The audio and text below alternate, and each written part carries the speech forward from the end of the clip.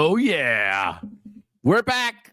Kings of the North, Doug Lesmerises and Bill Landis for a Rose Bowl preview. Bills in Los Angeles. I'm in New Orleans. If you didn't catch it, I would direct you to our Sugar Bowl preview that aired earlier on Tuesday, Bill, as we're giving people a 3-show Tuesday. Yeah. Happy New Year's Eve. You get to spend it with us 3 different times. Yeah.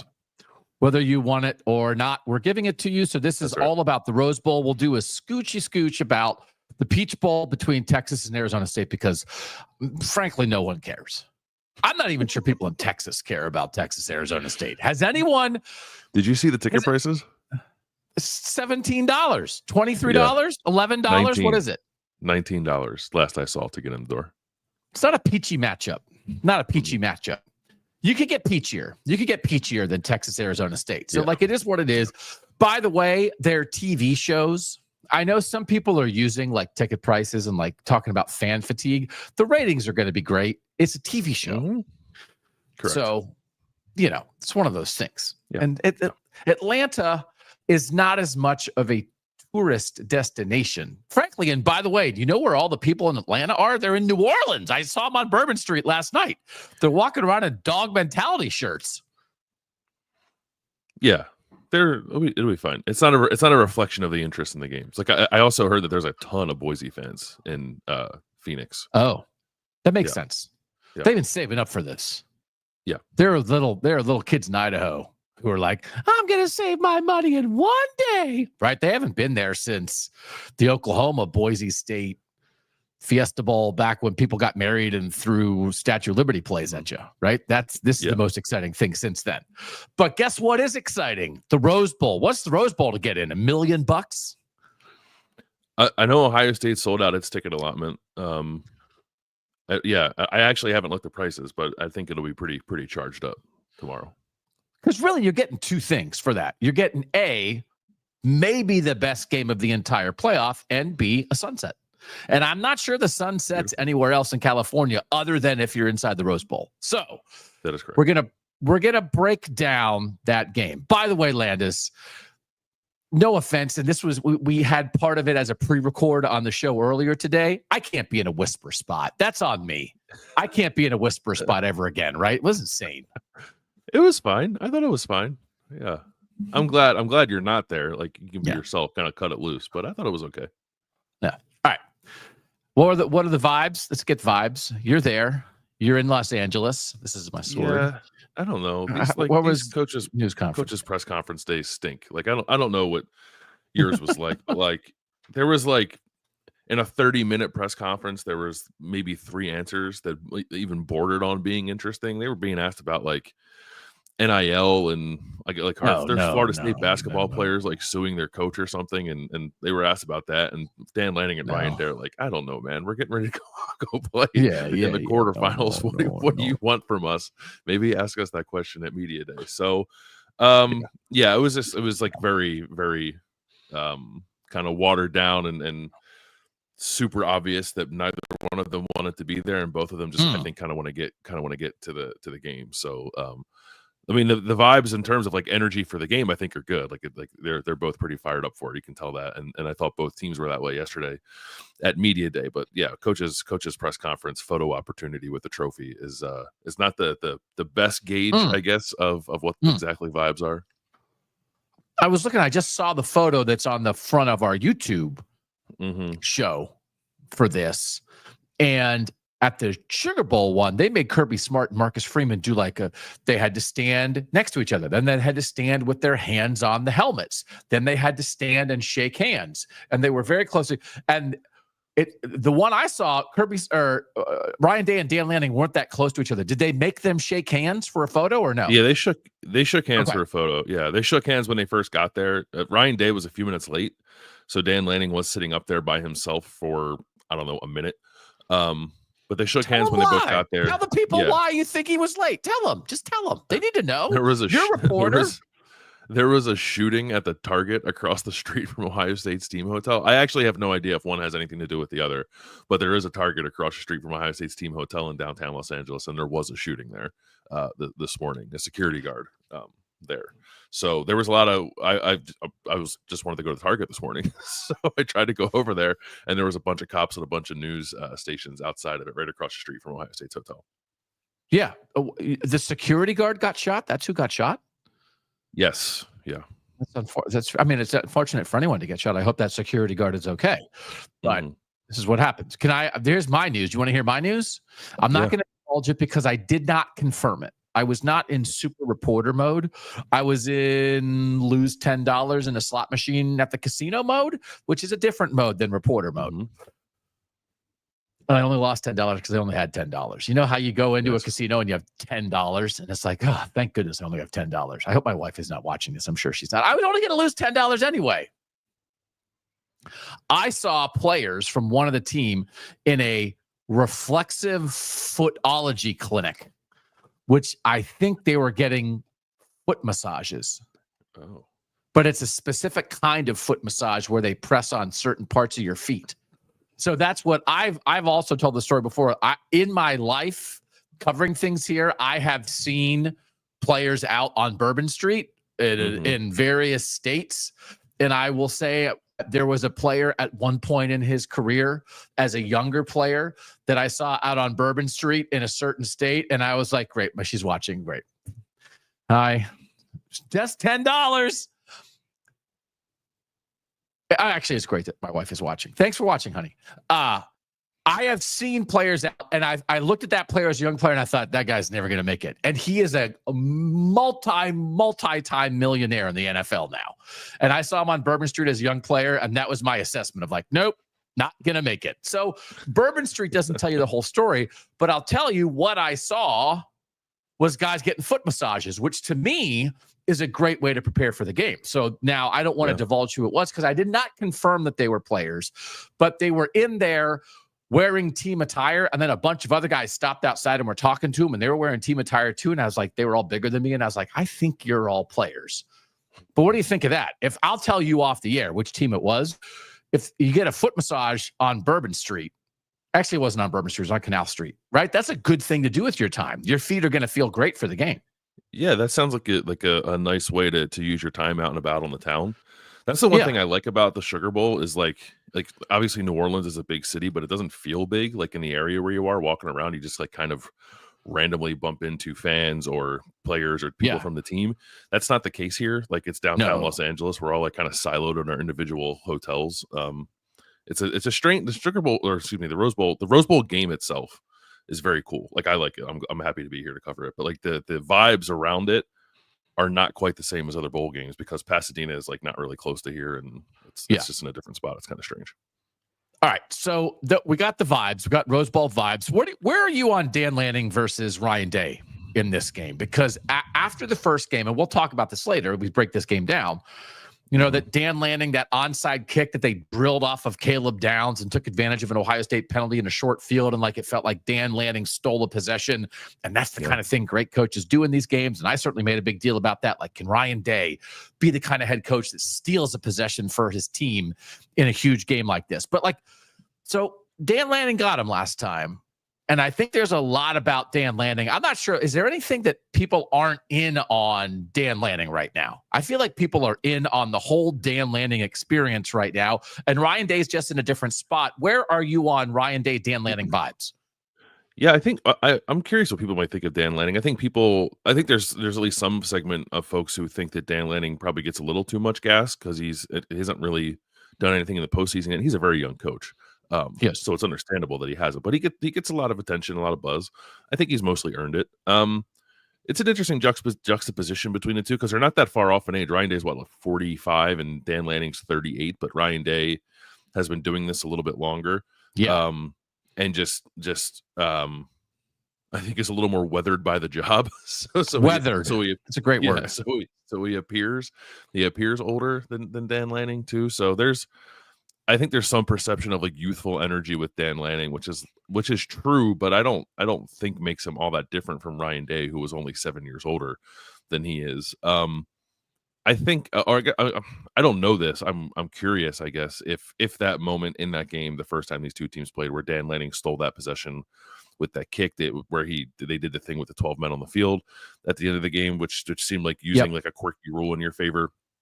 If that emboldens Ryan Day anymore to be a little more aggressive in this game, there's a balance there, right? You don't want one coach's disposition to put you in a place where you're like overextending yourself, but I do think there's an opportunity to try to find your own way to match that. It doesn't even really have to be with trick plays. It can be with just creativity that maybe is a step or two short of full on shenanigans.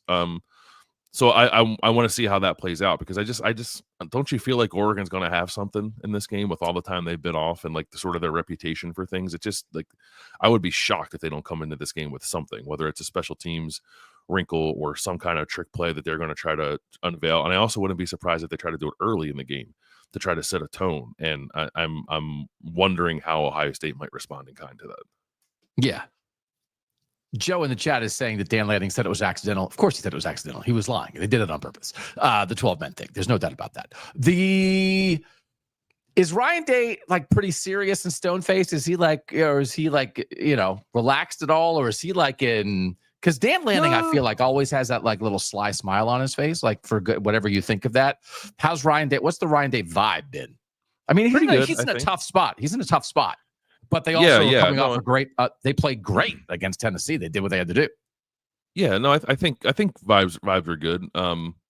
Yeah, it was different yesterday. And the media day on Monday is a little less. I don't know, like buttoned down, I guess, than the coach's trophy press conference. But even today during that press conference, like somebody asked a question to Ryan Day of, like, hey, like, explosive plays really got you guys last time. What are you doing to make sure that doesn't happen? And like Ryan Day laughed and said, like, what do you want me to give Dan the game plan right now? Like, so there were a couple moments of levity in there. So I didn't. There have been times you can go to a Ryan Day press conference and just think to yourself, like, boy, he's really wound up. I did not pick up on that at all today or yesterday. I don't think that's a thing here. And then he was also asked about some of the heat that he was feeling. But look at this. We're showing the picture in the YouTube right now. Dan Lanning, little sly smile. Ryan Day, stone-faced. I think that's just it's a snapshot, quite literally. So I think Ryan Day was smiling. That's it. Yeah. That is my full evaluation of the game, is that photo. He didn't have a toothy grin the entire time. But he did smile, I can confirm. When Burns was also asked, I said, I think it looks like he hasn't slept since November 30th. Yeah. Oh, that could be true. I mean, Dan Lanning, there are also there's some people wondering if Oregon has a touch of the flu bug, because Dan's been a little raspy with his voice, and some of the players and coaches were too. So they're probably warned up. Yeah. Ryan Day was asked like about his demeanor after the Michigan game, like all the heat he was feeling and how that fueled him for the Tennessee game, and whether or not he still like feels that, was trying to cultivate that edge. And he said, yeah, he said, like, I'm hungry and I'm focused, I think is what he said. So, I think he's in a pretty good spot. Okay. That makes sense. I certainly expect, we'll get in the breakdown here in a second. I expect these teams to play their best. Is there any reason to not think that? No. Yeah. Two great teams. We're going to get, I think, an awesome game where maybe the two most talented teams in the playoff are going to go out and throw haymakers at each other for 4 quarters, and it could go either way. I think it's a coin flip game, but I feel like that's what and there have been adjustments since that. But again, even like I thought nobody was perfect in the Oregon-Ohio State game, but I thought it was a high-level game, and and I was just rewatching it again today. God, Will Howard was good in that game. Ohio State threw the ball like really well. So there's parts of this, and it's part of the analysis for me is like, we have this baseline. So what's going to be different? What's going to be worse? What's going to be better? What was a thing that happened then that probably won't happen now? But man, and then Dylan Gabriel. I mean, like Dylan Gabriel had that touchdown run at the end. It was like scooting. It was like perfect, squirmy scooting, athletic running, like just all these things where Tez Johnson doing his thing, Jeremiah Smith doing his thing, Emeka Egbuka doing his thing. Oh man, you can talk yourself into it, Landis. That I don't even know. Does everybody acknowledge these are when these teams are at their best, they're the two best teams? That's not a slight against anybody else, but I think that's coming in. If we thought coming into the year, it was these two, Texas and Georgia. Georgia hasn't quite lived up to it. Texas is very good, but I especially with their skill guys, I don't think is at this level. These teams will get after you more than anybody else. Yeah, I think that's a universally accepted truth in college football this season, that when these two are at their best, these are the two best teams. Okay, and maybe even that when Ohio State, perhaps when Ohio State plays its absolute best, it is alone as the top team in the country. I think there's some of that sentiment that clearly went away when Ohio State lost to Michigan the way it did, but came back in a fury when we saw Ohio State against Tennessee. So, yes, I think these two teams played the best game of the regular season, and there is high anticipation that they will play the best game of the postseason. Okay, I'm very eager to see what you picked, and we will reveal what both of our picks are at the end of this discussion. Well, you want to break it down, brother? You ready to do this thing? Yeah, let's do it. Let's do it. Let's start with the Ohio State offense versus the Oregon defense. Since Bill's there, he's going to handle the lead on both sides of the breakdown. But, man, this is good. Jordan Birch didn't play in the first one, is going to play in this one for Oregon. But where you want to go here? Yeah, I mean, there's a couple of different places you could start. I guess I would start with this. Maybe I would ask you a question. And it's, how good do you think Oregon's defense actually is? Like, not that it's bad. It's not a bad defense. Yeah. They're number 19 in the country in yards per play allowed, but Boise was over 5, Ohio State was almost 7, and Penn State was 7 yards per play. All three of those teams combined to average 34 points per game. So, there's some statistical outliers with Ohio State's defense and this Oregon game the first time they played that I'm going to talk about when we go to that side of the ball. But there has been with Oregon like a consistency of when they play good offenses, those offenses do stuff. So, and that's probably true of most college football, right? I think you and I maybe agree that good offense tends to beat good defense, but and all three of those teams, Boise State very early in the year and Penn State in the Big Ten championship and Ohio State in the middle of the year, like went about it in different ways. But I'm struggling a little bit as I've thought about this rematch with how good I think Oregon's defense actually is. So, can I say that I like them 1 through 11? But I don't know if they have the top end game wreckers as much as some other teams do. Because here's the thing. I started our Notre Dame Georgia discussion by saying, is the Georgia defense mid? And then you almost reached through the screen and strangled me. And it's like, well, Michael Williams and Jalen Walker and Malachi Starks are all going to go in the top 20 of the next draft. Okay. Like Oregon doesn't have that. So I can't come on and be like, I don't know, I think the Georgia defense is mid, and then be like, the Oregon defense is awesome, because they don't have guys like that. But I feel, especially since Nico Reed has played better at that second corner spot, I don't think they have huge holes. I think they're connected pretty well. I think Mateo Uiagalelei has really come on in the second half of the season. You talked with Kobe Savage at Media Day. I think he's a good safety in the back end. I think if you're good, I think this is the point. I don't think they're going to give you much, but if you're talented, I think you can get them a little bit, which is your point. Who'd they give it up against? They gave it up to Jeremiah Smith, Emeka Egbuka, and Ashton Genty. It's like, okay. And Nixon. But I don't know if they're going to wreck you, but I don't think they're going to make it easy on you. They're going to make talented offenses earn it, but talented offenses can earn it. Is that a fair assessment? Yeah, I think so. And it's like, I don't know that I view Oregon as like talent deficient at any one position on defense. I think it's more a question of ceiling. Perhaps once you get past like the defensive line, I think is good. Derek Harmon, like he was a one-man wrecking crew when these two teams played. I love Derek Harmon. If you watch Oregon week after week after week, I don't know that he always shows up the way that he showed up against Ohio State, but boy, did he show up in that game. Yeah. You said Jordan Birch didn't play in that game, and Jordan Birch missed a lot of time. And in that time, Mateo Uiagalelei became, I think, a pretty reliable sort of defensive star for Oregon. He's got 10.5 sacks this year, I think. Birch has 9.5 in 8 games or something like that. So I'm not saying that there's matchups here. I guess I'm wondering how the matchups in the trenches might shake out, because I think, especially after Josh Simmons went out in that first game, that Oregon, I thought, controlled the line of scrimmage. Now, Ohio State threw it well enough to kind of make up for that, although both teams kind of stalled out in the second half of that game. I think both of them only scored 10 points in the second half, right? And I think Ohio State can throw it even if it's not consistently winning at the line of scrimmage, because they have Jeremiah Smith and Emeka Egbuka. But I just like knowing the way that Ohio State threw it in that first matchup, and then seeing the way that Penn State was able to run the ball in Oregon when Oregon last played in the Big Ten championship. It's just like, I don't know that I love the trajectory of Oregon's defense, I guess maybe is how I feel. I like a lot of the pieces. I like Jabbar Muhammad in the back end too. He's very good.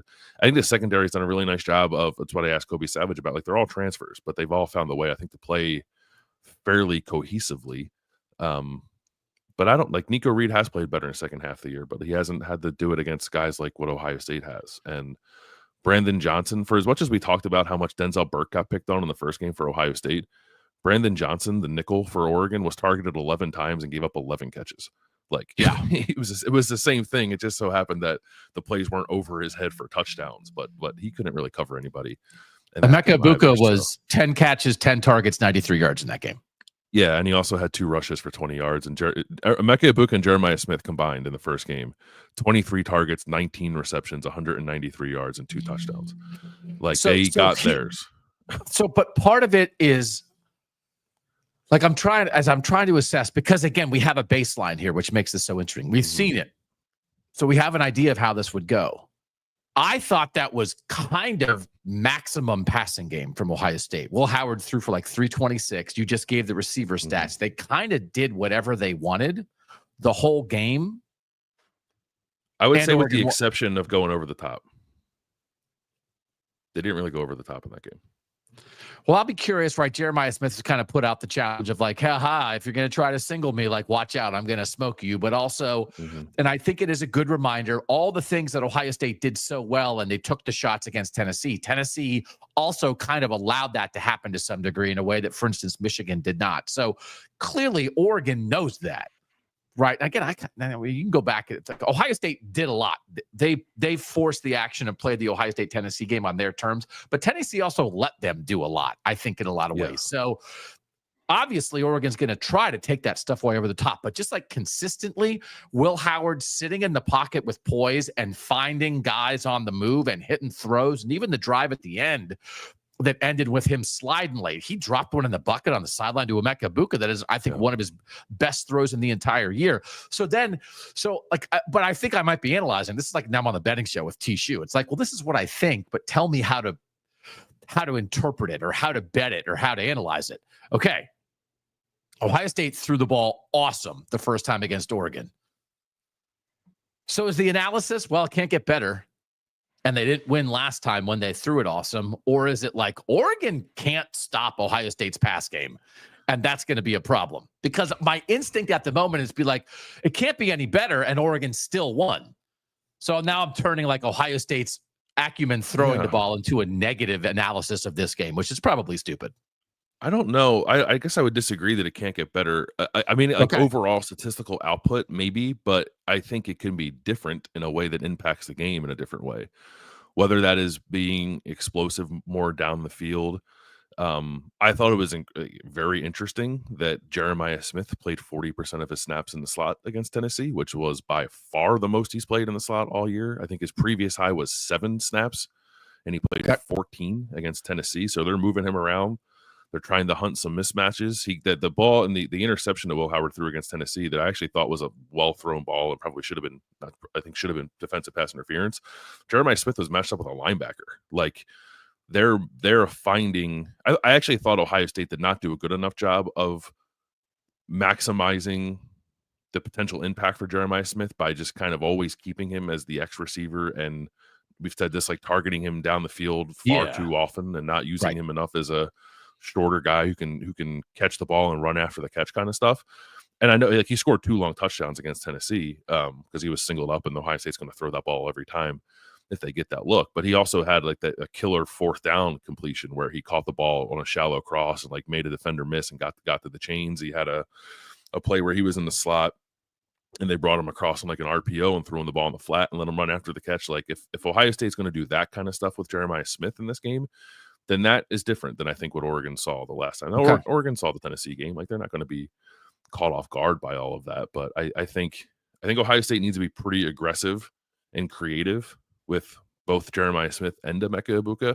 They were pretty creative with Emeka in the first game. They put him in the backfield a couple of times. Because if they don't, I would imagine Oregon will try some facsimile of the Michigan plan, which was bracket Jeremiah Smith and Emeka Egbuka. Yeah. Trust that you can control the run game with your front and see what happens. I don't think Oregon's quite built to do that or to execute it as well as Michigan did. And I also don't think Ohio State will be so stubborn this time around if they do get that kind of game plan. So, but that's probably the recipe you're looking for if you're Oregon, and you're probably hoping that this offensive line for Ohio State that is reworked and had some struggles at times the first time around just isn't ready to handle what Oregon's going to throw at them. But it's also an Ohio State offensive line that's coming off a pretty good performance against the Tennessee front that's pretty good too. So I'm talking a lot, and I'm trying to, I guess maybe I'm making it sound like I think Oregon's defense stinks. I don't think they stink. I think in matchups with good teams, they have been pretty underwhelming, I guess is what I would say about Oregon's defense. Yeah. I think they're do your job defense, but if you are a supremely talented offense that does its job, then I think you can get them.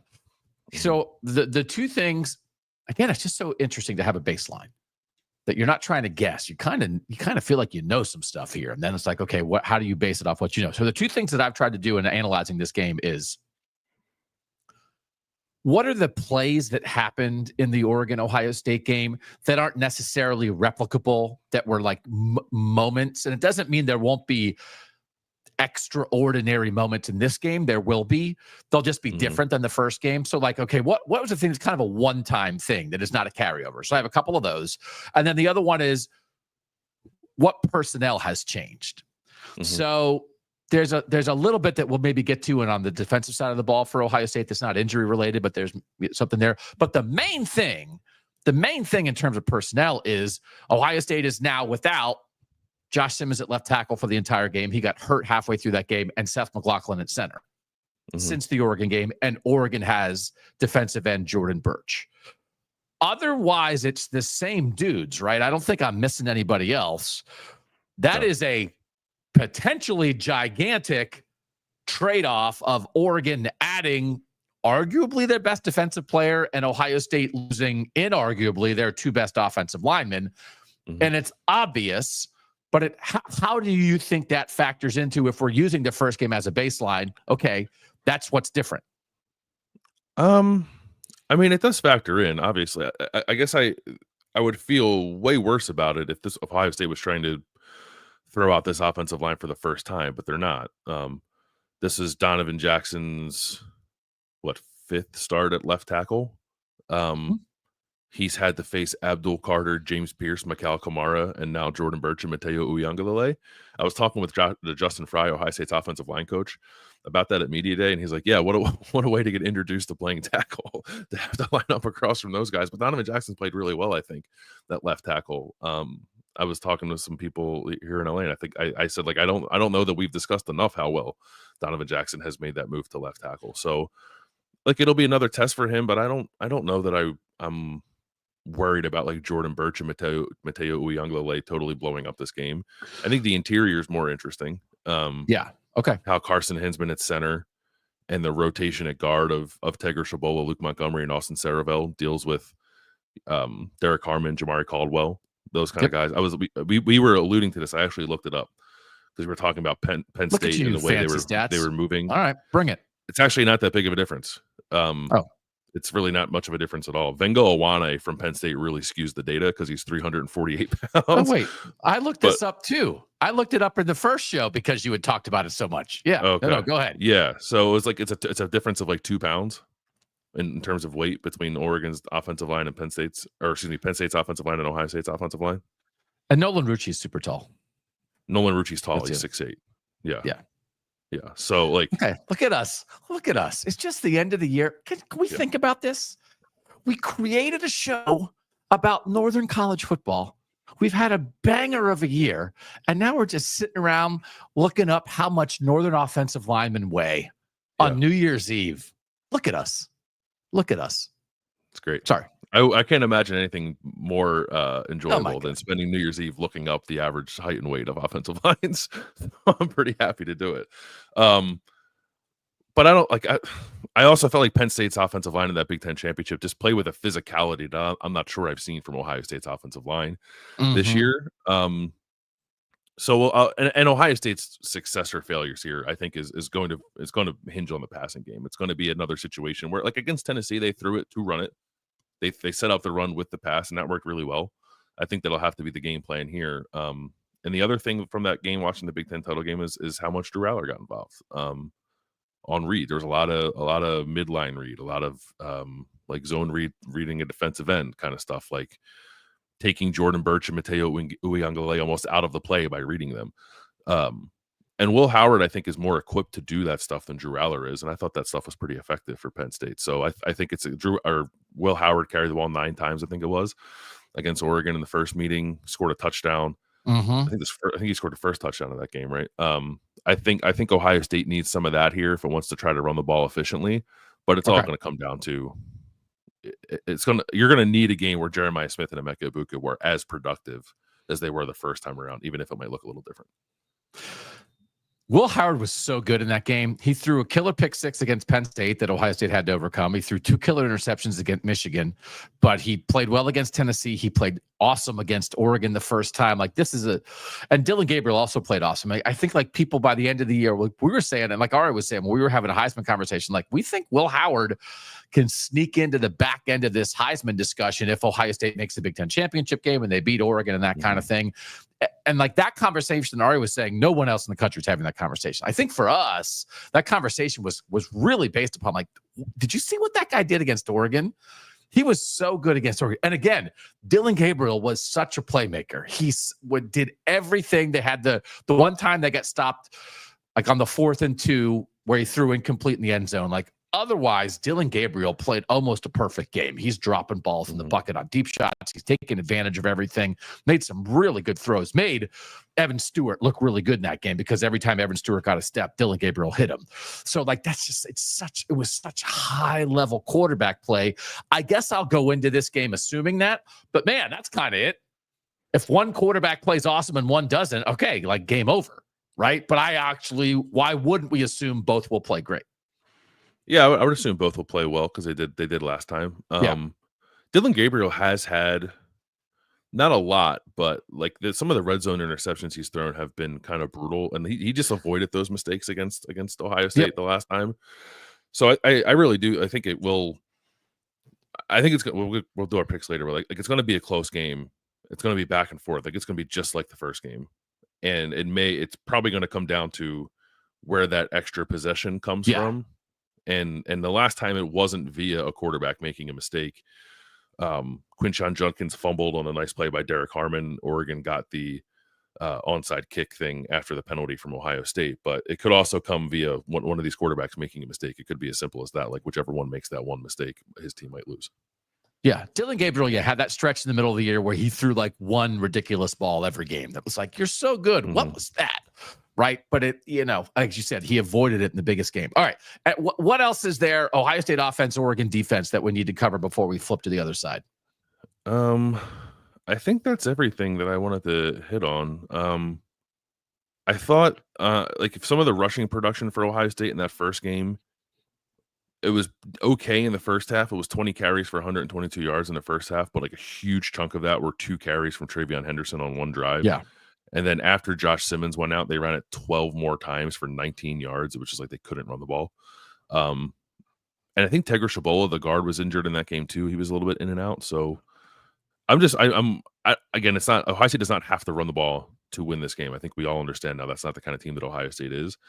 But I think it does need to run the ball somewhat efficiently to make sure it's not putting itself in consistent third and unmanageable situations where Jordan Birch and Mateo Uiagalelei can kind of pin their ears back. So I think otherwise we're pretty well covered on that side of the ball. Quinshon Judkins 10 for 23 in the first game, but he actually did have he had a touchdown when they had that full house backfield and a 4th down conversion on that, where it's they were only trying to get 2 yards each of those, and they executed it, and he ran physically and they blocked it up really well, but not an explosive game from him. So, okay. That's the Ohio State offense versus the Oregon defense. We're going to take a quick break. When we come back, we're going to talk about the Oregon offense versus the Ohio State defense. But first, when we come back, Bill Landis is going to get a little visit from the Wassy Fairy. Ari Wasserman will join Bill Landis from Los Angeles next on KOTN.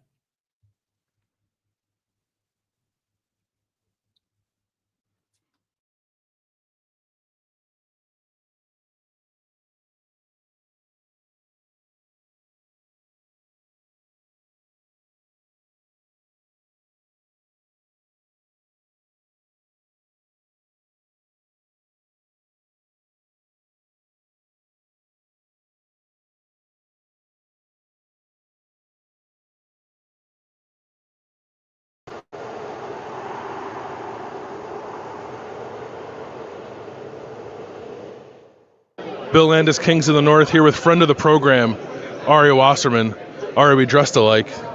We planned this beforehand. We said we're both going to wear flannel with a white T-shirt. What are you thinking of the Rose Bowl Media Day vibes, buddy? I, first of all, think that the reason why we are dressed together is because we were in the womb together. So, brothers for life and friend of the program. What do I think of the matchup?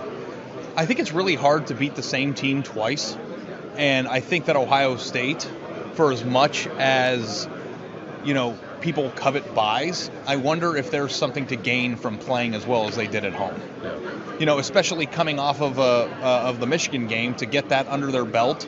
It just seems like they're a really, really hard team to beat. Now, the secondary part of that, Bill, and I'm sure you guys have had discussions of this, is because Ohio State played so well in their game against Tennessee, it's easy to lose track on how good Oregon is, right?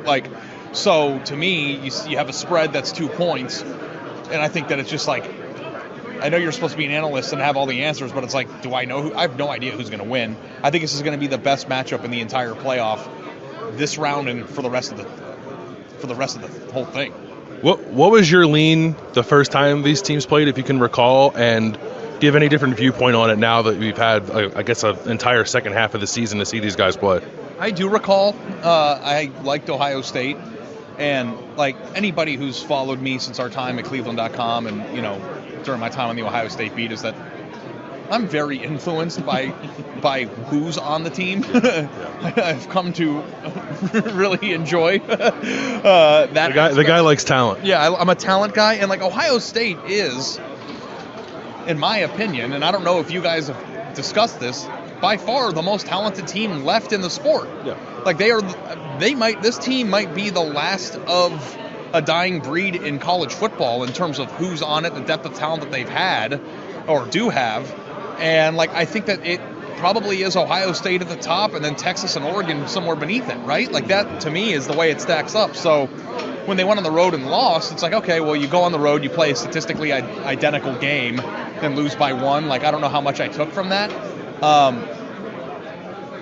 I favored Ohio State at the beginning of the year to win the national title. I favored Ohio State going into the first Oregon game, and I favor them again. But I've been wrong every time so far in that scenario. So I guess the real question is, can Ryan Day do whatever he can to continue this momentum, to get the most out of their roster? And from me, from the Ohio State perspective, the number one question with the Ohio State program at all, not just this year, but in the entire Ryan Day era, is why has he not been able to wring every last ounce of potential out of the players they have? And this could be the beginning of that. I don't know, but if they lose to Oregon, that's what happens when you play the number 1 seed in the second round. So super excited. And the best part about this, Bill, not to ramble, is that you have a traditional Pac-12 team and you have a Big Ten team playing in the Rose Bowl for what could end up being a preview of one of these teams going to the national title. I think it's awesome. Do you think, last question, do you think if Ryan Day does what you said, gets every last ounce of potential out of this team, national title. But could Oregon still beat them? Is Oregon good enough to still beat that version of Ohio State? I don't think so, no. Okay, that's kind of where I am. I just want to see if Ohio State shows up that way. If you get every ounce of potential to the, like, in Banana Land where everybody plays perfect, like, they can beat the Bengals. I don't know. Oregon, maybe pick a worse NFL team. Oregon is, well, I watched the last few defensive efforts from them, and that's the matchup I like. But no, all kidding aside, when you look at Ohio State's secondary, I don't need to go down the whole list for you. But if like Will Howard plays the perfect game, the running backs play their perfect game, like, Oregon is really, really good, but they're not constructed the same way yet. They will be, I think, in 3 years as the sport flattens and Dan Lanning continues to do what he's doing. Oregon will be the standard. But as we're kind of inching out of the previous standard, which is super teams, to the NIL era, I don't know if anybody can beat them. People are taking pictures of us because they like to see us together. We're famous. Yeah. We're the two most handsome men at Rose Bowl Media Day. He's Ari Wasserman from On 3. Thanks, buddy. Hey, love you. Oh, my God. Oh, my God. Look at you guys. Hugging. I don't know if Nicole, I agree with Nicole that. Auerbach. She walked past us. She saw us standing together, and then she came back and took a picture of us. Yeah. That's going to be on NBC. It's lovely. It's beautiful. I don't know if I agree with that if like Ohio State plays this maximum game, Oregon can't win. That's what you think? I think Ohio State's I don't think anyone is ever going to play like their absolute 100% full pedal down best. It's college football. But if they did, I think Ohio State's version of that is better. Yeah. Because I do think, because we've had a lot of conversations about like this Ohio State secondary has not been as good this year as maybe we thought it was going to be coming in. We've had a lot of conversations about the Ohio State defensive line. They have a lot of really good guys, but they don't get to the quarterback in the end all that much, right? That, we're having discussions about what Jordan Burch and Mateo Uyunglele. I think I would take Oregon's pass rush, their ability to like actually get home. I think I'd take Burch and Uyunglele over Tuimoloau and Jack Sawyer. And it's one of those things like, what? I don't even know what. I don't know that I would. I'm not. Because you got the factor in run defense too. Jack and GT are excellent run defenders. They're excellent against the run. They are. That's not anything we like. Of course they are. But I don't even know, like, for instance, what is maximum Denzel Burke? I'm not even sure what that means anymore, because he has been so good at times, but he was also kind of like the deficient link the last time these teams played. So I don't know what I'm supposed to think of what the best of Denzel Burke is compared to the best of Jabbar Muhammad, because we've had varying things. And I think Tez Johnson's a game wrecker. I think Jordan James is a game wrecker. I think Terrence Ferguson and Kenyon Sadiq, and Sadiq is a guy who has come on since the Ohio State game because he's had to play when Ferguson was out. I think Oregon has, and then like if you could pick one, would you take Dylan Gabriel or Will Howard for this game? That's a good question. I think I'd take Gabriel. He's been less prone to some of the goofy decisions that Will Howard's made. Yeah. So not by much, but I'd take Dylan Gabriel. So like that's it might be 55-45. I absolutely think Will Howard is capable of being a national championship quarterback for Ohio State. But I just I think Ohio State's, I don't know, man. Oregon really worked the portal this offseason too. It's like I'm obsessed with Derek Harmon. I can't help it. I think they're. But I don't think that Derek Harmon is like better than a healthy Tyleik Williams. I think he's very good. I think I'd rather take Tyleik Williams.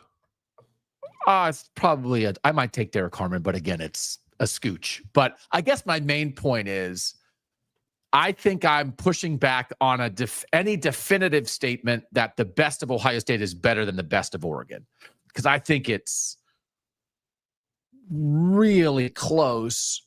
And I actually, I think it's really close in a way that I think it's hard to be definitive, because if Ari's saying Ohio State at the top, Texas and Oregon next, I don't know that really Oregon and Ohio State are in different tiers when we're talking about the 30 guys they're going to put out there for this game. I think they are both extremely talented, through the roof talented, but I think it is more about their depth of talent than it is like who are the super duper standout dudes in this game. Jeremiah Smith, mm-hmm. Caleb Downs. So that's a receiver for Ohio State, a safety for Ohio State. Who's next? Like, Probably who's Tez next? Johnson.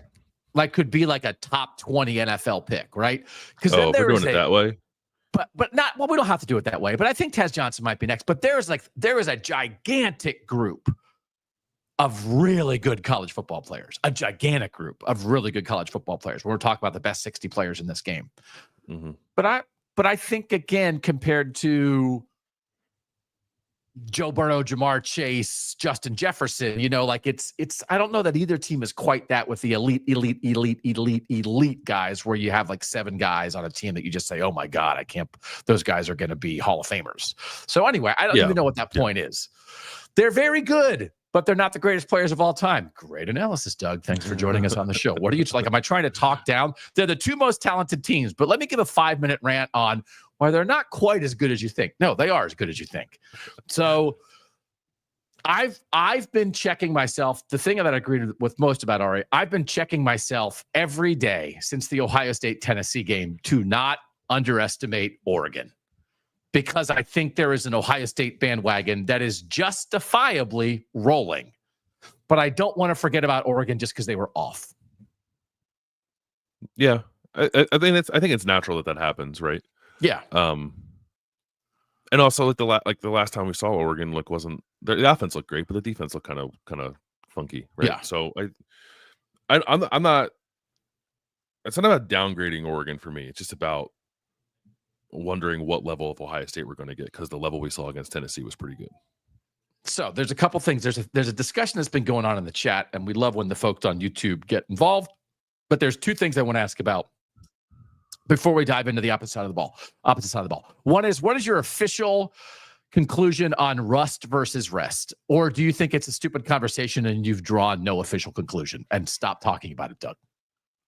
I don't think about it a ton. I don't think it's a huge factor either way. If I had a lean, I think I would lean more in the direction of being off, being to your detriment. If both teams are off, then like whatever. If one team has played and has some momentum, I'd rather be that team. Right. Which is, in this quarterfinal, is always going to be the case. That's the way it's set up. That's this round. One team's off, one team's not. I'm curious if anybody feels like in the next 30 hours, if that makes a difference in any of these 4 games. Okay. Second thing is this, and this has been the chat that has been going on. There's been some very good points made in the YouTube chat about this. This game is not an Autzen Stadium. That is a great home environment for Oregon. It absolutely was a factor in that game. It was a factor in why I picked Oregon to win that game. This will be a great atmosphere in the Rose Bowl, but there's going to be fans of both teams, and it's not going to be blowing Ohio State's ears out and forcing them into a silent count. And again, there's a discussion in the chat about like that helps the Oregon defensive line. And I think there's some statistics that they get after the passer more successfully at home, maybe as a result. I mean, of course, home field advantage matters versus a neutral site, but how much, Bill? How different do you think that makes this game from the first game? I think it matters. I'm looking to look at some splits as you were talking. Oregon's defense at home allows 4.8 yards per play. On the road, it's 4.9 yards per play, so it's not demonstrably different. I'm sure I haven't looked into the statistics on like how productive their pass rush is at home compared to other places, but it would make sense that it'd be better at home, because that is one of the things that came out of Ohio State going to Autzen Stadium was like, yeah, it's the real deal. Like whatever people told you about the sound and how it impacts games, like that's a real thing. Ohio State's used to that, so I don't think it had a tremendous negative impact on Ohio State in that game, but I think it probably does help Oregon to be in that environment, and that won't be an element here. I guess the one thing that does, it's whatever Ohio State's plan is for tempo in this game, whether they want to play faster or mix tempos or whatever. That's obviously much easier to do when you don't have to be on a silent count. So yes, I don't know what Ohio State's plan is for that, so it matters. I don't think it's like the end all be all when it's a team like Ohio State, because they're just so used to playing in those types of environments. But it definitely is an advantage that Oregon won't have here.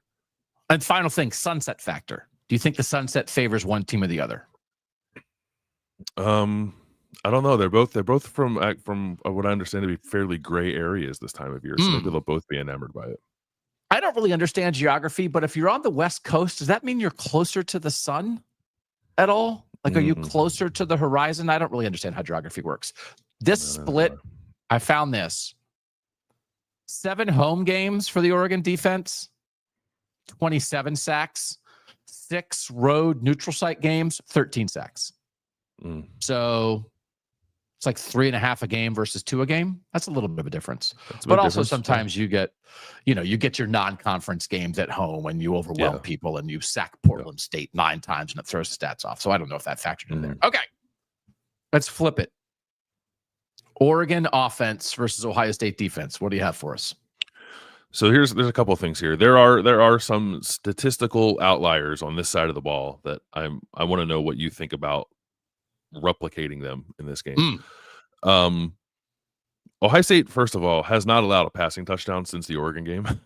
It's only allowed 4 passing touchdowns all year. 2 of them were against Oregon. That doesn't sound right. Is that right? I know, but it's right. Yeah, it's the number 4 defense in the country in passing efficiency, but they have not allowed a passing touchdown since the Oregon game.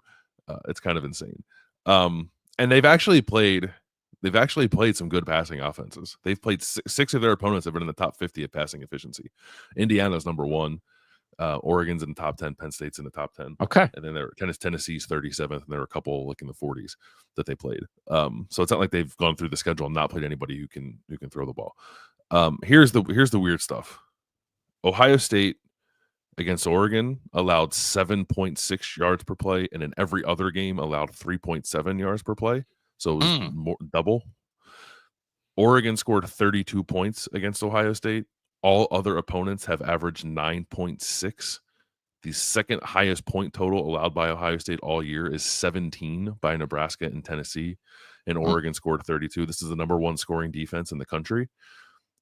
So is it just that Ohio State played one really good offense all year and got, and they're going to play a really good offense again, and they're going to get again?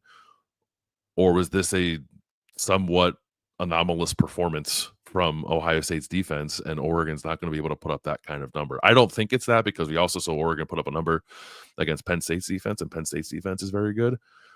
But it is there have been years where Ohio State's defense has been statistically very good, but it's all on, like, I don't know, 6 games throughout the course of the year where they just didn't give up anything. They've not given up anything to anyone other than Oregon. Are you asking me? Am I supposed to come to a conclusion on that? Fancy stats? So I don't expect that Ohio State will allow and that Oregon will be able to replicate the Evan Stewart game, because we've talked about that all year, that Evan Stewart has had 3 or 4 big games, and other than that, he kind of often does not factor into a game plan. I think Tez Johnson is going to be Tez Johnson. So, for instance, you look at like the 2 biggest plays in that game. One is how far was the 69-yard Evan Stewart ball, where it's like a double, Denzel Burke got caught flat-footed. They decided to have him one-on-one, and Dylan Gabriel hit him perfectly. 69-yard strike to set up a touchdown. I'm not expecting that to happen again, because I think Ohio State will have that at the top of mind. We can't allow that, and it's not that Oregon won't be capable on that too. Okay, Tez Johnson. The other one was Tez Johnson beat Denzel Burke for like a 47-yard touchdown. I think that could happen again, because Tez Johnson's awesome, and that's not a shot at anybody in Ohio. So it's like, what's replicable and what's not. It's like Evan Stewart doesn't do that every game, and Ohio State's going to focus on not allowing it. Tez Johnson does that to everybody. So I think Tez Johnson is still going to be Tez Johnson. So there are parts of this, and also, but I still think, like, I think Jordan James is going to be Jordan James, and I think Dylan Gabriel is going to be Dylan Gabriel, and get out of the pocket at the exact right time and run when he needs to, and also maneuver in the pocket in a way that he's not going to be bothered by the pass rush and make throws, because that's what he does at his best against everybody. So I'm expecting the Oregon offensive line to play well. I'm expecting Johnson and James and Gabriel and Ferguson and Sadiq to do their thing. I don't think Evan Stewart will have a huge game, and he flipped the first game. So that would be a difference. So I'm infringing on your analysis. No, that's okay. No, I think you're right. Tez Johnson, I think, is a guy. It's it's not. I think Jeremiah Smith is a better player, or at least will be. But it's a similar conversation. It's like you have to accept on some level that you're not going to be able to stop that guy entirely. Agree. And like Penn State gave him so much space in the Big Ten championship. I couldn't believe Tej Johnson was catching the ball with nobody around him. Yeah, and he was just running for 30 yards. Like, well, I got to maybe put some bodies a little closer to him. We'll see how Ohio State chooses to defend that. Here's my other fancy stat, and it's about those deep passes that you were referencing. Because I think we came out of that game saying like Oregon broke tendency a little bit by throwing the ball down the field more. I don't think that's actually true based off what I was looking at earlier today before the show. So Dylan Gabriel on throws of 20 plus air yards, he has about 3 per game. He had 4 against Ohio State, so he's had games where he had 5. Like he had a game where he had 6. So it wasn't that in itself was not the outlier. The outlier was this: in every game except for the Ohio State game, on throws of 20 plus air yards, Dylan Gabriel was 20 of 41, so less than 50%, for 5 touchdowns, 2 picks, and 16.8 yards per attempt. Against Ohio State on those same throws, he was 4 for 4 for 177 yards, a touchdown, 44 yards per attempt. Like he just didn't miss. He's a 50% shooter on those passes every other game of the year and didn't miss against Ohio State. So it was like perfect. Which is what great players do. But yeah, if I'm going to come in here, so this is like the same thing of like the Ohio State passing argument. It's like, how could Ohio State throw the ball better than they did against Oregon? How could Oregon throw the ball better than they did against Ohio State? They can. And probably it's even a stronger case for the Oregon side. But also, that guy's a freaking champ, man. Like, it's not, how many times it's like Evan Stewart ran by Denzel Burke and it's, off his fingertips. It's like, nope, right on his hands. So, and Gabriel tends to play, like Gabriel is a big game player, I think. I think he's been that at Oregon. He was out against Ohio State. He was that against Penn State. I think he has some Red River performances when he was at Oklahoma that people like to cite about that. So he's not a quarterback that I think like wows you week to week, but he does tend to play his best in the best games in the most important games. Jermaine Matthews didn't really play. Maybe he didn't play at all in the first game. He didn't play a snap. He didn't play a snap. He seems like he will factor into this game plan at cornerback for Ohio State. Maybe something short of a rotation with Davison Igbinosun and Denzel Burke, but he'll be on the field. How does that factor in?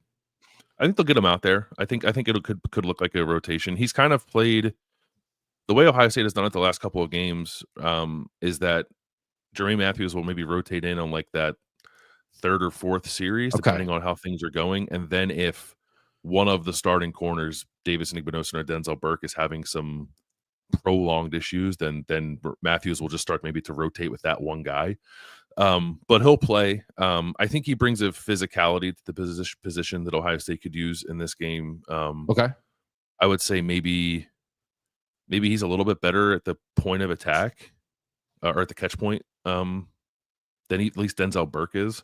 He's just an experience still. He's still a relatively young player who's played some. He's made a start. He's played in some big moments, but I think he'll play a lot in this game after not playing at all. It seemed like Jim Knowles, the defensive coordinator for Ohio State, compared him to how they say they think of Jermaine Matthews the way they thought of Cody Simon last year, which was like Cody Simon wasn't a starting linebacker, but he played like 350 snaps and was viewed as a quasi starter. And he said that's how they view Jermaine Matthews now at cornerback.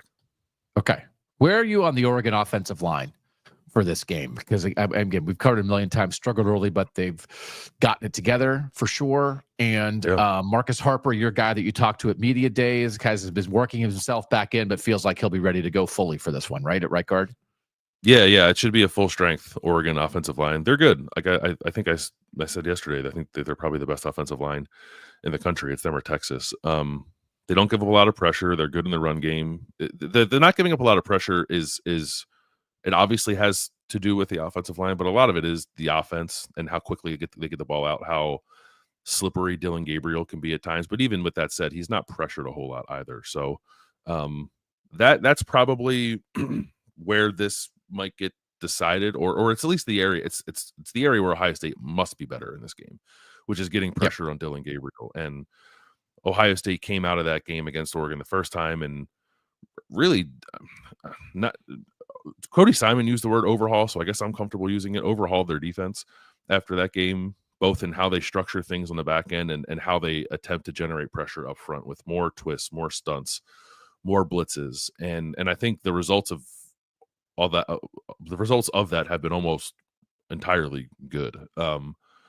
So they have to find a way to get that going against Oregon. I just like, if it's a game where Dylan Gabriel is as comfortable in the pocket as he was the first time around, it's going to be pretty hard to get Oregon's offense off the field. So that starts with the offensive line, and Josh Connerly and AJ Cornelius going up against Jack Sawyer and JT Tuimoloau will be some really good battles. I talked about this going into the Tennessee game. I think like the time off was really beneficial for Tyleik Williams, defensive tackle for Ohio State, and I thought he played his best game of the year against Tennessee. So I don't think that Oregon is bad at guard or center, but I think they're worse than they are at tackle. So maybe that's the spot.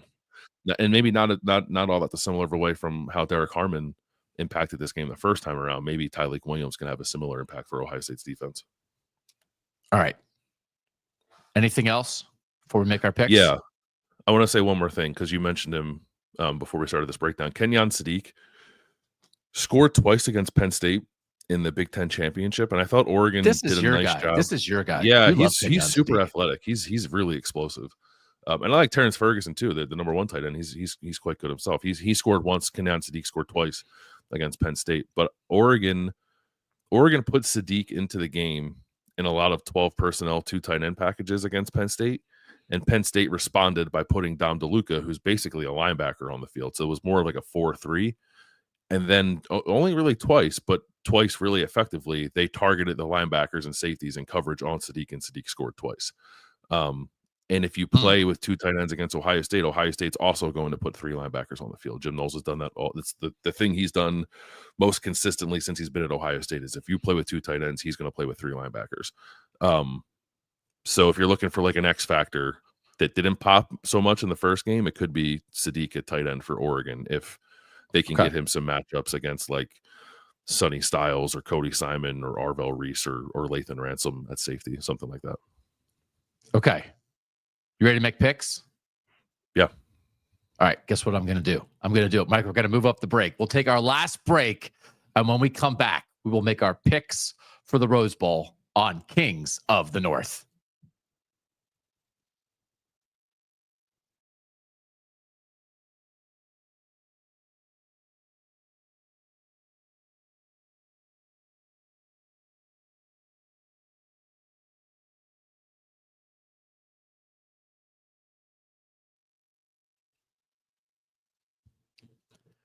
Doug Lesmerises and Bill Landis back on Kings of the North. Please join us after the Fiesta Bowl tonight. Another live show as soon as that game is over. Penn State, Boise State, live show on Wednesday night on New Year's Day after the Georgia Notre Dame Sugar Bowl. We're so grateful that you guys are with us, and we've been having a great time. And Landis, the North continues to rise up, and the South continues to stumble over itself. So, like this whole Bama thing, if Bama comes back, and what's the score? Like, what? Bama just kicked a field goal, so it's 19-13 Michigan. Michigan has the ball with 4:30 left in the ReliaQuest Bowl. All right, so I want to state this for the record. I'm no bragging about getting this pick right because I have no freaking idea. And 10 years ago was the last time I was in New Orleans. And that was when Ohio State beat Alabama in the semifinal. And along the path to that, we were Ohio State beat writers. I picked Ohio State to lose to Wisconsin in the Big Ten title game. Incredibly wrong. Ohio State dropped a 59-point bomb on them. I picked Ohio State to lose to Alabama. Wrong. And then we got to the national title game, and I refused to make a pick because I was like, I don't deserve to make a pick. I'm so stupid. I am not picking of this Ohio State-Oregon game because I don't get to stand up and be like, aha, I got it right. So I'm not backing out of this one. If I would have had to make a pick back then, I would have picked Ohio State to continue the momentum. But Landis, we did picks for the bracket, the full bracket, before this all started, and we are not beholden to that because we've gathered more information. So I want to make that point clearly as well, too, right? Did you feel at all beholden to your previous picks where we both picked Ohio State not to advance past this? We both picked Oregon to make the national title game. I picked Oregon to win the national title, but that was then, this is now. So I'm not saying I changed my mind, but I was open to changing my mind. Yeah, I think you have to be. Like you said, we got more information. Ohio State, they were such an enigma, I thought, coming into this. And then they kind of showed us, at least I think, who they intend to be in the postseasons. How could you not take that into account? So no, I don't. I mean, I was comically wrong picking Tennessee to beat Ohio State. I don't know how many different ways I can say that. So I certainly own being way off base on that, but no, I treat each round kind of differently, as we get more and more information. So I'm not going to hold myself to what we have more information, and every bit of information affects our analysis and predicted outcome. So I tried to think of it with the baseline of the previous game. I thought of it, okay, what's the different personnel? And then what are the things that I don't think are going to be replicable necessarily? Other things will happen, but not this. And I thought there were 3 primarily from the first game. That was kind of like a one-off. One is the 69-yard Evan Stewart pass that set up a touchdown, which is that's hard to imagine that'll happen perfectly for Oregon. And as it turned out, I think all of them went Oregon's way, the 3 that I found. Now there's other things, right? That Ohio State had the pass to Will Kazmarek that maybe was an interception, but they got the playoff before it was reviewed. But I kind of didn't want to count a negative. It's not a negative, but a thing that could have happened, but didn't. I'm only counting things that actually did happen, right? So here's the 3. 69-yard pass to Evan Stewart, the onside kick, which is Dan Lanning stealing a possession, but it's they drilled the kick at Ohio State's best player and got the bounce they needed. So am I expecting Oregon to do something else? Absolutely, but it won't be that. That was a huge play. And then the Quinshon Judkins fumble that Derek Armand ripped out of his arms. You know how many fumbles Quinshon Judkins has this year? 1. That's it. Yeah. And it wasn't even a fumble. He didn't put it on the ground. People say, he put it on the ground. He didn't put it on the ground. Derek Harmon ripped it out of his hands. It's an unbelievable play. Mark me down for Derek Harmon making an unbelievable play in this game. It just won't be exactly that. So that's 3 extraordinary things that happened in that game. All credit to Oregon for making that happen. And if any of those 3 don't happen, they probably don't win that game at home. But they're not going to happen again. Other things might, but all the extraordinary things really kind of went Oregon's way, which in the moment is a credit to them. Absolutely 1,000%. That's what you need to win huge games against good opponents. You need extraordinary moments. Dan Lanning and the Ducks made those happen. Okay. Are they going to have the same edge in the same way of extraordinary moments? That factored in for me, Landis, as I tried to think about this. It factored in for me too. I would add in, this is less something that was in either team's control, but the offensive pass interference call against Jeremiah Smith too. It's how do things play out if Ohio State doesn't lose that yardage there, right? So, I mean, there's those swings happen in every game. You have to manage them, right? And they're those swings will not those identical swings, but swings will happen in this one too. We just don't know what they're going to be yet. But no, that definitely factored in for me. It's how much of that can you bank on a second time if you're Oregon? So none of this is underestimating Oregon or not realizing how good Oregon is. I hope people realize this, right? I mean, are we for real? Is there anybody who doesn't know how good Oregon is? There's not anybody. Not listen to this show. Maybe in the South, not here, right? We know how good Oregon is. Yeah, I had Oregon in the national title game in my first bracket, but I didn't think they'd be playing reborn Ohio State. This game I had Oregon winning the national championship. All right. Yeah. Who you picking? I'm picking Ohio State by a point. With the score. 42-41. It's the magic score. Tell people the story of the score. That's the score that Ohio State lost by to Georgia in the Peach Bowl in 2022. I had a different score initially, and then I changed it kind of last minute. And then you and I were talking about it, we have the same score, and then that's what the score was. So I think it's the only time in my life I ever got a score like a noser when picking a game. I think it's going to play out a lot like what we saw in Eugene, and those breaks that we're alluding to, they will manifest in different ways.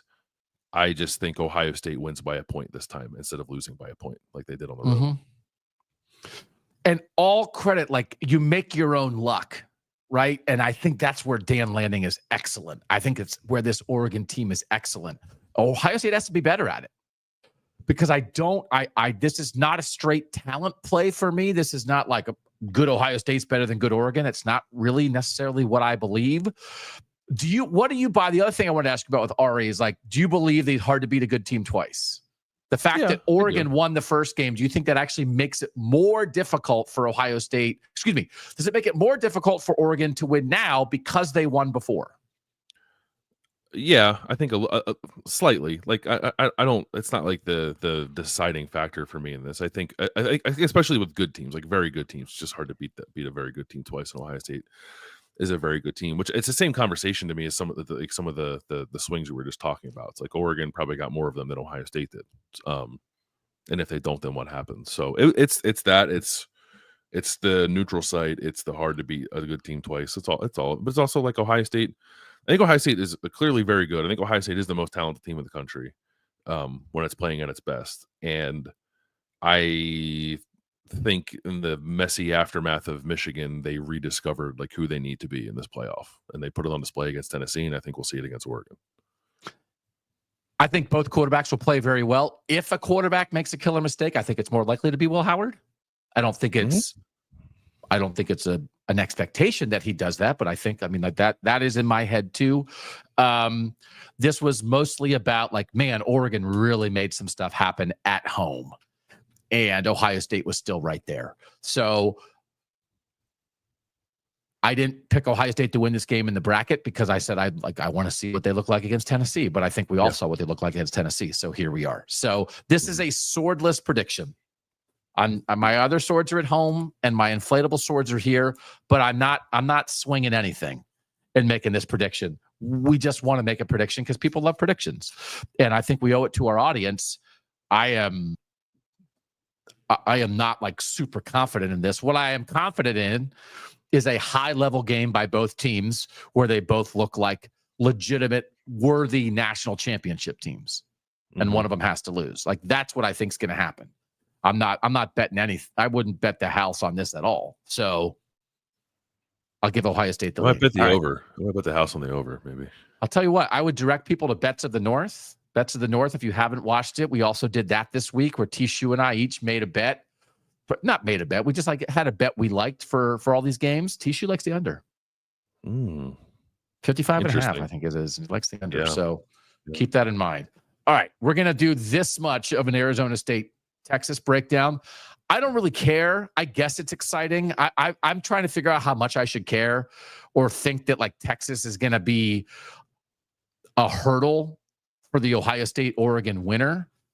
I probably underestimate Texas too. I picked Texas because I don't think Arizona State's defense is good enough, but it is not. I also am, and we both are picking Arizona State to cover the 12.5. So I have Texas 27-17, but it's a nice little appetizer. I actually think I'm going to go to the World War II Museum on Wednesday morning and willingly miss like the first half of this game because I want to take in America's history more than I want to watch Texas, Arizona State. Is it open on New Year's Day? It says it's open like every day of the year except like these 4 days, and New Year's Day is not one of the days listed. So I'm hoping it's open, but it's only open till 5. So I think I'm gonna punt on the first half of Texas, Arizona State, get up early, and then come back and be like, oh, Texas is ahead, whatever. So I don't know, 27-17 Texas. Do you have like strong opinions on this? No, I don't have super strong opinions on it. I'm gonna be dialed in. I think the shuttle we get a police escorted shuttle from here to Pasadena if you get on the first one at 9 a.m. Pacific time. So I think I'm gonna hop on that one and I'll watch this game in the press box at the Rose Bowl. No super strong opinions.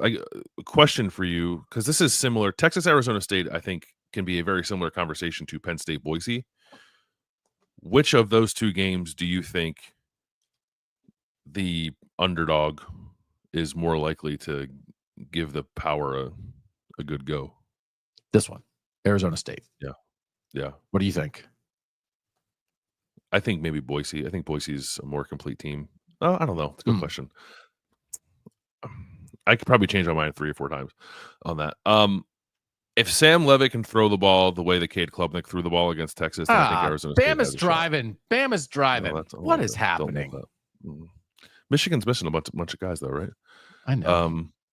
They are. They don't have any of their best players. But other than that, they almost just had a pick. I think Texas might I think Texas might just like swallow Arizona State at the line of scrimmage in this game, and Cam Scotabo can't do anything. if Sam Levitt can throw the ball without Jordan Tyson and or Arizona State's defense, which has 15 interceptions this year, can steal a couple from Quinn Ewers, then I think it can become interesting otherwise. Okay. I think it's low scoring, but probably pretty comfortable for Texas. Okay. Potentially low scoring. All right. Those were all our picks. We did the Boise State Penn State big game breakdown on the Monday show. You can go find our picks for that there. We both picked Penn State. We did the Sugar Bowl breakdown for Georgia Notre Dame on a separate show earlier Tuesday. You can go find that breakdown. And then we gave you these two here. We will be back Tuesday night after Boise State Penn State. We'll see you for a live YouTube show. Wednesday night after all three games, whenever that Georgia Notre Dame thing ends, get ready.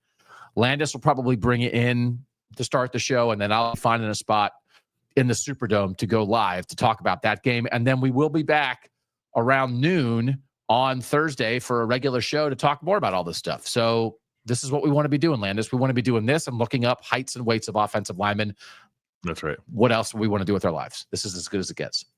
Yeah, that's right. All right. So if Bama wins, I don't know. The South can still cram it. I mean, this is the team that should have been in the playoff.